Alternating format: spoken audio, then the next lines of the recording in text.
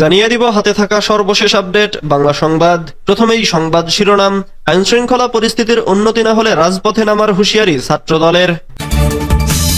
এরপর জানিয়ে দিব আসন্ন নির্বাচন হবে কয়েক দশকের ইতিহাসে সবচেয়ে অবাধ ও সুষ্ঠু। এদিকে ভিকটিমের মাকে সরাসরি ফোন করলেন বিএনপির ভারপ্রাপ্ত চেয়ারম্যান তারেক রহমান। আরো জানিয়ে দিব তওবা পড়ে আওয়ামী লীগ কর্মীদের অন্য দলে যোগ দেওয়ার পরামর্শ। সর্বশেষ জানিয়ে দিব সালমান ও তার স্ত্রী সন্তানদের দেশ থেকে নিষেধাজ্ঞা। এতক্ষণ শুনছিলেন সংবাদ শিরোনাম, এবারে বিস্তারিত। আইন শৃঙ্খলা পরিস্থিতির উন্নতি না হলে রাজপথে নামার হুঁশিয়ারি ছাত্রদলের।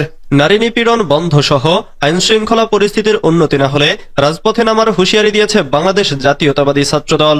সোমবার 10 মার্চ দুপুরে হাইকোর্টের প্রধান ফটকের সামনে এক মানববন্ধন কর্মসূচিতে সংগঠনটির সভাপতি রাকিবুল ইসলাম রাকিব এ হুঁশিয়ারি উচ্চারণ করেন।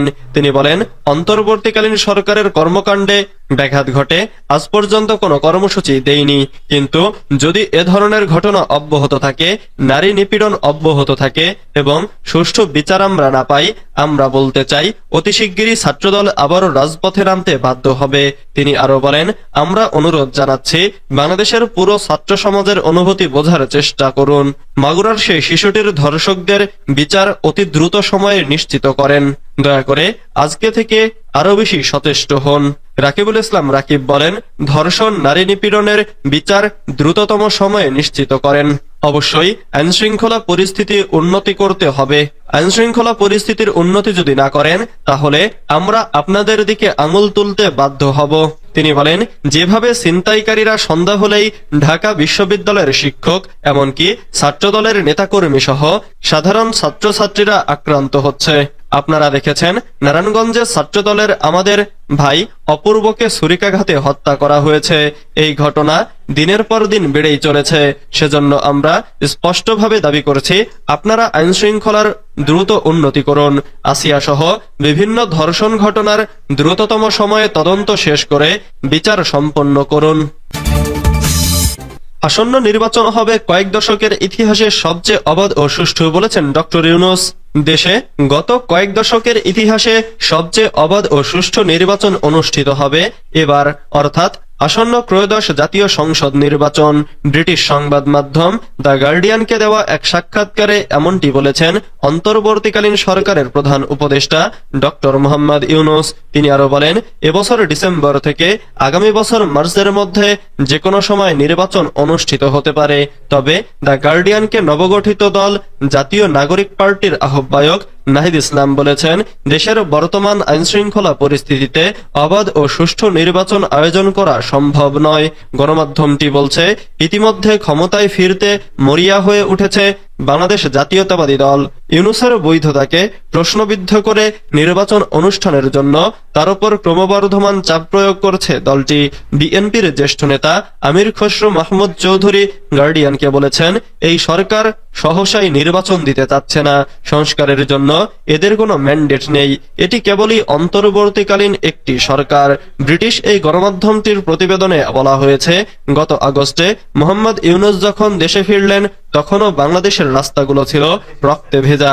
পুলিশের ছোড়া বুলেটে নিহত 1000-এরও বেশি বিক্ষোভকারী ও শিশুর লাশ মর্গে স্তূপ করে রাখা ছিল তখনও।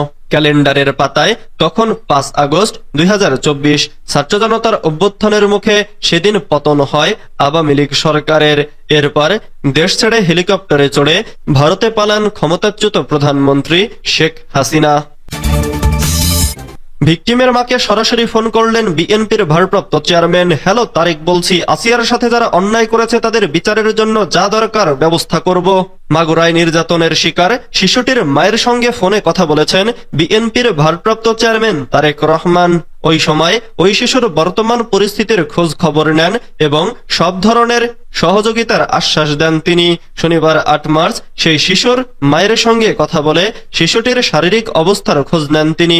এ সময় শিশুটির মাকে ন্যায় বিচার পেতে সব ধরনের সহযোগিতা করার কথা বলেন। ফোনালাপের শুরুতে তারেক রহমান আসিয়ার মাকে সালাম দিয়ে হ্যালো আমি তারেক বলছি বলে কথা শুরু করেন।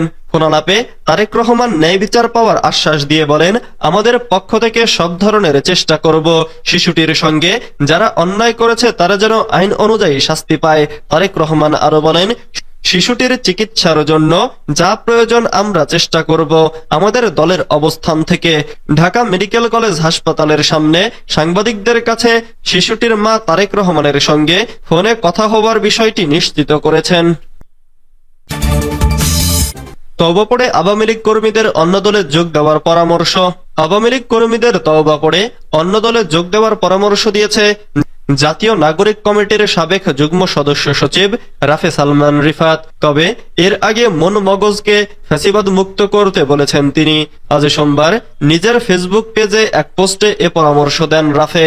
শেখ হাসিনা ফ্যাসিবাদের মাধ্যমে মূলত নিজের 3টি প্রতিষ্ঠানকে ধ্বংস করেছে বলে মন্তব্য করেছেন বাংলাদেশ ইসলামী ছাত্র শিবিরের সাবেক এই নেতা।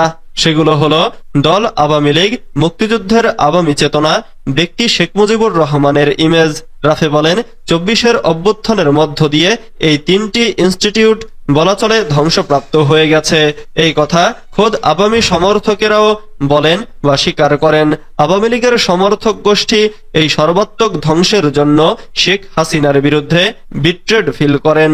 অনেকে খুব কুৎসিত গালিগালাজও করেন যে তাদেরকে ধ্বংসস্তূপের মধ্যে রেখে শেখ হাসিনা ভারতে পালিয়ে গেছে। শুধু পালিয়েই যায় নাই, সেখানে বসে তাদের জীবনকে আরো দুর্বিষহ করে তোলার জন্য নানামাত্রিক ষড়যন্ত্র চালিয়ে গেছে গত 7 মাস একের পর এক। সালমান ও তার স্ত্রী সন্তানদের দেশ থেকে নিষেধাজ্ঞা।